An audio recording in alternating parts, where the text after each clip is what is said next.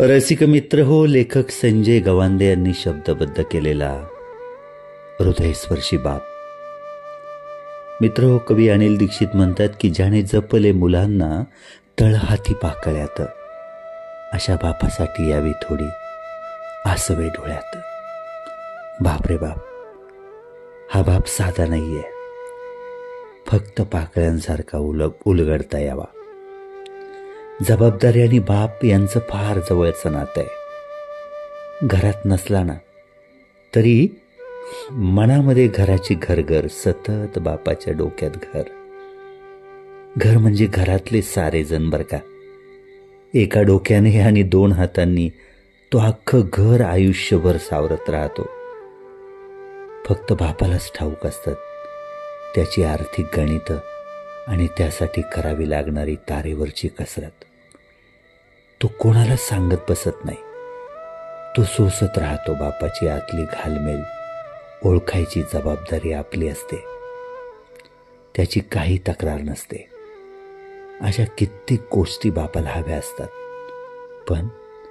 पण मुठीत येणं वा घेणं अवघड असल्यानं तो सोडून देतो.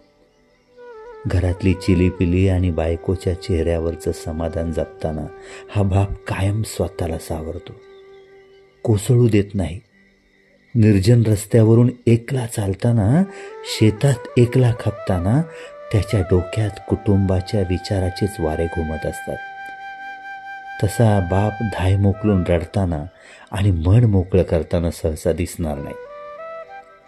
त्याला वेदना वाटायला आवडत नाही. बाप कधी कोणाचा हेवाही करीत नाही.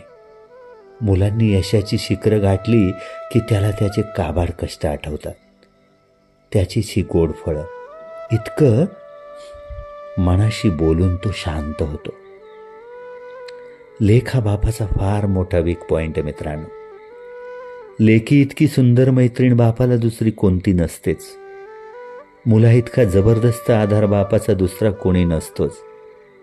तर संकटे, कष्ट, वेदना वाटून घेणारी सहचारिणी लाभली ना की बापाच्या हिमतीला तोटा उरत नाही.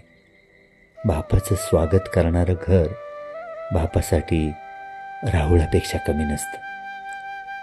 पुढे चालणाऱ्या मुलाला पाठमोरी पाहतानाही बाप आशीर्वादाचे गुच्छच्या गुच्छ देतो. मंदिरात हात जोडतानाही बाप स्वतःसाठी कधीच काही मागत नाही हो. तो मुलांचं सौख्य मागतो. मुलांचं बालपण आठवूनही बापानं कितीदा डोळ्यांना अश्रूंचे घाट दाखवले, फक्त ते कोणालाच कळू दिले नाहीत. मुलांचं बालपण आठवताना त्याचे बालपण त्याचे बोट धरते. मग आई, बाप, भाऊ, बहिणी सारं सारं आठवू लागतं आणि आता बदललेले दिवस त्याला अस्वस्थ करू लागतात. लेकरांना नुसतं ओरखडू द्या, बापाच्या जीवाचा उभा गाभा कापला जातो. अंगात वरवर काफरं भरलं ना तरी मनात बळ भरून तो लेकरांची ढाल होतो. जगात अनेक स्त्रिया, अनेक पुरुष सुंदर असतात, आहेतही, पण सर्वात सुंदर एक आई आणि दुसरा बापच.